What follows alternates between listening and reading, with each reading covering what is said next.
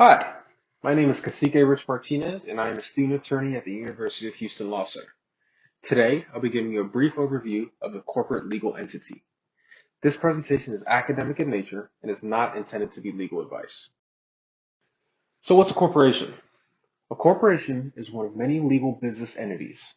It is formed at state level, and it has a separate legal status from its creators. While the corporation can't vote, it is considered a legal resident of the state in which it is incorporated or born.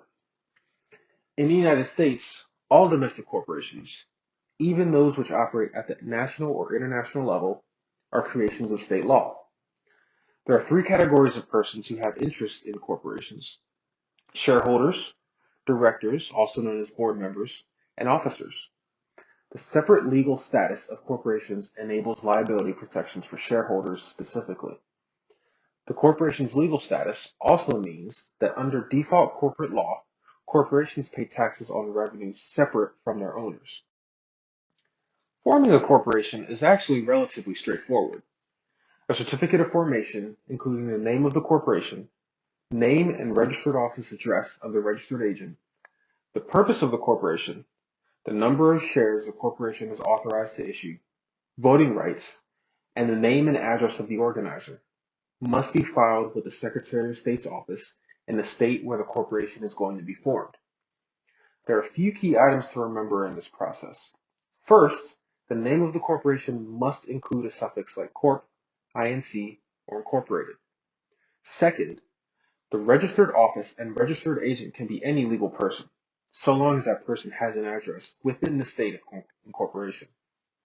Finally, the purpose of the corporation is usually very broad.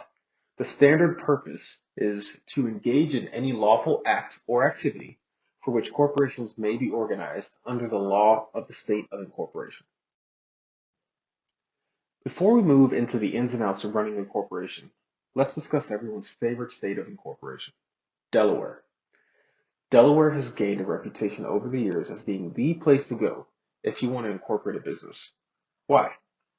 The short answer is the state needed a reason for people to go to Delaware, so they made it super simple to incorporate a business there. As a result, Delaware's courts have amassed an impressive amount of corporate case law over the years. Because so many entities are incorporated in Delaware, lawyers, investors, and businessmen are usually more familiar with the ins and outs of case law in Delaware than, say, Kentucky.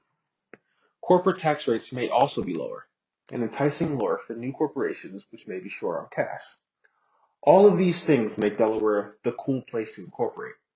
But just because everyone else is doing it doesn't mean you have to. Let's say you incorporate your food truck in Delaware, but only operate in Texas. Just because you're incorporated in Delaware doesn't mean you get a free pass on Texas's corporate law. It really means you'll just have to keep track of two sets of law on the same topic. Using the same example, your Delaware incorporated food truck, which is only ever operated in the Montrose neighborhood of Houston, will be seen as a foreign corporation by the state of Texas. That means you'll have to pay foreign qualification fees to the state of Texas in order to operate here lawfully. What this all boils down to is that if your business is only going to operate in one state, it's probably cheaper and more manageable for you to just incorporate the business in that state. So, now we have our Texas-based corporation. Who can do what with it? Well, a corporation has three types of decision makers: shareholders, directors, and officers. Each type of decision maker has specific rights and obligations within the corporation, which we'll get into in a moment. And while it's important for shareholders, directors, and officers to stay in their lane, one person can be a shareholder, a director, and an officer of a corporation. They just need to ensure that whatever action they take with respect to the corporation is done within their capacity in one of the three roles. Shareholders own the corporation. This is true whether the corporation is private or traded publicly on Wall Street. If you own shares of Apple, that means you own some percentage of the corporation. So what can a shareholder do? Well, in his capacity as a shareholder, an individual can elect or remove directors. The shareholder can also vote on certain significant decisions of the corporation, like whether to merge with another corporation or to change the way the corporation is run. Directors, also known as board members, run the corporation. While the day-to-day management is usually delegated to officers, directors have the final say on many management questions which come up within a corporation. Directors can validly act in a meeting, so long as quorum is achieved, or by written consent. Officers, typically with titles like CEO, CIO, CFO, or COO, run the day-to-day affairs of the corporation. They are appointed by the directors and are usually employees of the corporation. Because officers are appointed specifically by directors, individuals acting in their capacity as shareholders have no ability to remove or appoint officers. That is a job solely for directors. Now, as a shareholder or partial owner of a corporation, you might think that you'd have liability for actions taken by the corporation. Fortunately for shareholders, this is usually not the case. One of the biggest benefits to corporations is that they provide shareholders with limited liability for the debts of the corporation. That means that if Amazon defaults on a loan from Goldman Sachs, you personally don't have to worry about the bank's repo man coming for your personal property. While limited liability is pretty effective, a shareholder can destroy their own protection if they don't respect the legal separateness of the corporation.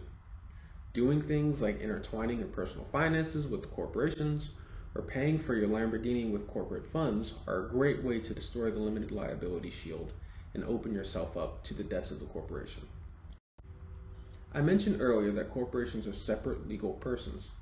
This means that, by default, a C corporation will pay federal income taxes separately from their shareholders or owners. So your Montrose food truck will need to pay taxes once on its earnings, and then you will have to pay taxes as an individual on the disbursements you receive from the food truck. Alternatively, a corporation can be classified as an S corporation. This passes the corporation's debt through to the shareholders. In this situation, you'd pay for your food truck's tax burden on your personal tax returns. One very important thing to remember is that in an S corporation, the individual shareholders are responsible for the corporate tax burden, even if they don't take any profits. That means that if your food truck is an S corporation that makes $1 million per year, you are personally on the hook for that tax burden, even if you never take a single dime from the food truck. So now you know a little bit about corporations.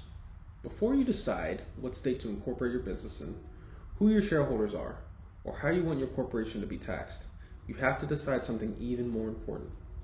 Is a corporation even right for you? Well, a corporation might be right for you if you want to shield yourself from potential liability.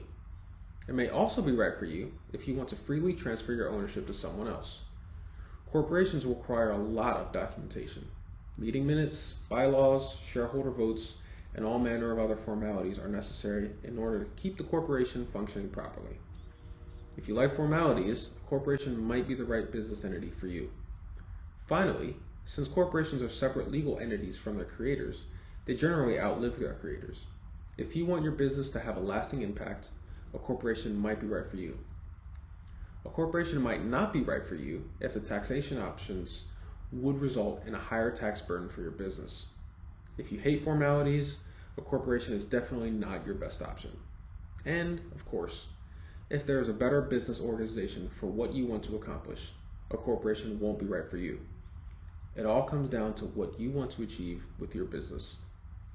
This concludes my presentation on corporations. Thanks for your time and have a great day.